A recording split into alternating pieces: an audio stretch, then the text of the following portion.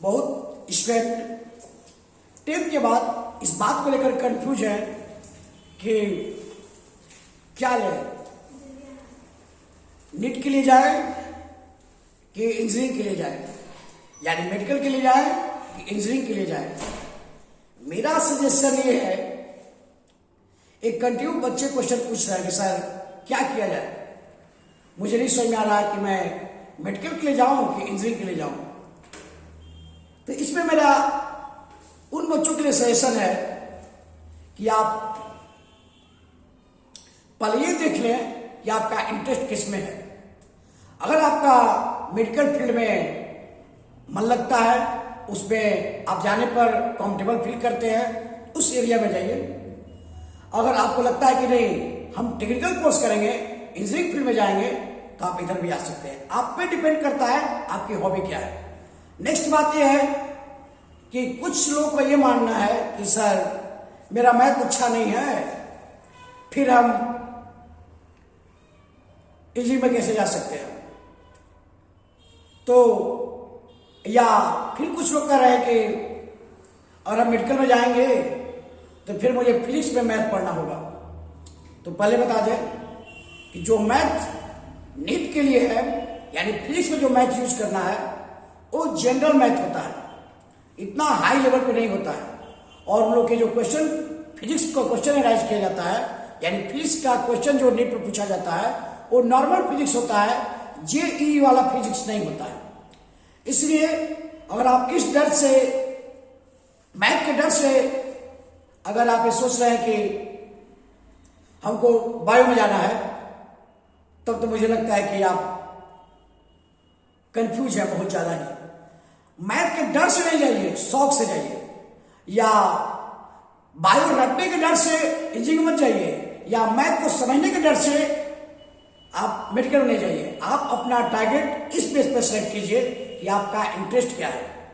मैं ये बता दे रहा हूं कि अगर आप फिजिक्स नीट के लिए पढ़ रहे हैं तो नॉर्मल जनरल फिजिक्स होता है कंपेयर टू जेईई का जो फिजिक्स है, इसलिए उसमें डरने की बात नहीं है। और जो मैथ आपको नीट पड़ेगा वो जनरल मैथ का नीट पड़ेगा, उतना डीपली नहीं होगा जैसा जेईई में होता है।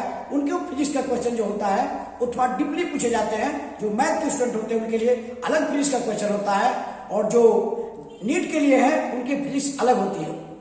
इसलिए इस बात को डर से ये कोई सोच रहे हैं आप कि नहीं मैथ पढ़ना है या नीट के लिए जाए तो जेईई के लिए जाए, तो ऐसा कुछ नहीं है। जनरल मैथ पढ़ना है, और वो किसी भी फील्ड में जाइएगा तो जनरल मैथ पढ़ना है। आप आर्ट्स में भी जाइएगा, जब कंपटीशन के फील्ड में उतरिएगा तो फिर वहां भी आपको जनरल मैथ पढ़ना है। जनरल मैथ से नहीं भाग सकते हैं। कॉमर्स में जा रहे हैं तब भी आपको जनरल मैथ मिलेगा। जनरल कॉमर्स में आप एंट्री कीजिएगा तो वहां भी मैथ ही मैथ है। जनरल मैथ का डिपार्टमेंट अलग मैथ है, लेकिन है ब्रांच मैथ का अलग है, लेकिन मैथ है। अब मैथ के डर से कोई सब्जेक्ट सेलेक्ट कर रहे हैं, कोई आपका टारगेट फ्यूचर सेलेक्ट कर रहे हैं, जॉब फील्ड सेलेक्ट कर रहे हैं, तो आप गलत हैं। मैथ से डरिएगा तब आप जो फील्ड सेलेक्ट कीजिएगा वो थोड़ा टफ हो जाएगा। मैथ को छोड़ इग्नोर नहीं कर सकते हैं। मैथ को साथ में, हाँ जनरल मैथ, स्टैंडर्ड मैथ ये होता है, लेकिन वही बेसिक मैथ या स्टैंडर्ड मैथ जो आप 10th में पढ़े हैं। लेकिन ये नहीं हो सकता है कि आप मैथ से बच जाए। इसलिए मेरा मानना है कि मैथ के डर से अगर आप बायो में जा रहे हैं तो ठीक है, वह वहां जो मैथ मिलेगा वो जनरल मैथ होगा। फिजिक्स में जो पढ़ेगा वो जनरल फिजिक्स होगा। वो जो फिजिक्स नीट वाले पढ़ेंगे वो फिजिक्स जेईई वाले नहीं पढ़ते हैं। आप थोड़ा उसमें कंफ्यूजन दूर कर लीजिएगा। और रही बात फील्ड की, तो आजकल हर फील्ड बेस्ट है, आपको मन लगने पर मैटर है। आप नहीं पढ़ेंगे, कोई एक्स्ट्रा एक्टिविटी स्किल डेवलप कर लीजिए, वो भी बेस्ट है।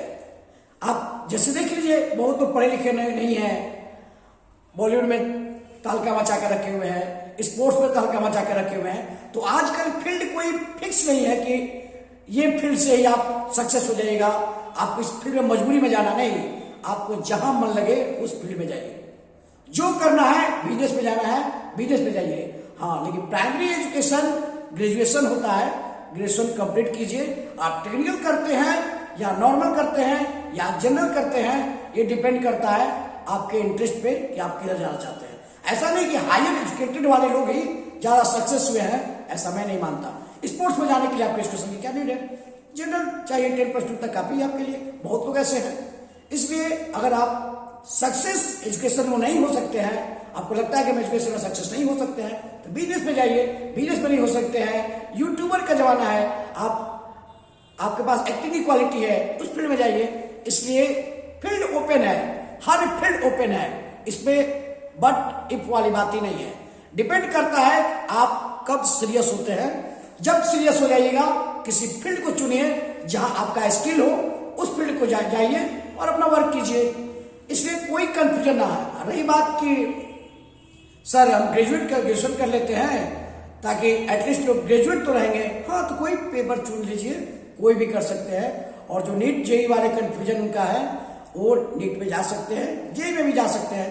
मैथ के डर से या मैथ सोच रहे कि मैथ फिजिक्स में पढ़ना ही है, वो फिजिक्स, नीट का फिजिक्स और जेईई का फिजिक्स दोनों में डिफरेंस है। और इंजीनियरिंग वालों का मैथ और बायो वालों को मैथ, यानी जो फिजिक्स में मैथ पढ़ेंगे, वो जनरल दोनों मैथ में बहुत डिफरेंस होता है। इसलिए डरने की कोई बात नहीं है। आप दोनों पेपर में कोई भी सिलेक्ट कर सकते हैं। आपको जहां मन लग रहा हो उस फील्ड में जाइए। बशर्ते एक प्रॉब्लम है क्या कि इंजीनियरिंग के लिए आपको टाइम ज्यादा नहीं दिया जाएगा। 10+2 के बाद आपके 2 टाइम्स है, उसमें आप एग्जाम दीजिए। मेडिकल वालों के लिए, नीट के लिए क्या है, आप फिक्स नहीं किया गया है, आप जितना चाहे उतना बार एग्जाम दे सकते हैं नीट के लिए। लेकिन जेईई में ऐसा नहीं है। इसलिए टाइम टेकिंग प्रोसेस हो सकता है मेडिकल। अगर आप इस मूड में है कि नहीं बहुत चांस मिलेगा, तो टाइम टेकिंग हो जाएगा, नहीं तो नॉर्मल है। इसलिए खुद सोचिए इस बात को लेकर कि हाँ, एजुकेशन को अगर अपना करियर बनाना है और एजुकेशन में किस फील्ड को बनाना है, इस पे इंटरेस्ट पैदा कीजिए, उस एरिया में स्किल डेवलप कीजिए, उसी में लग जाइए। जय हिंद। ज्यादा प्रॉब्लम हो तो कांटेक्ट कर सकते हैं, कॉल कर सकते हैं।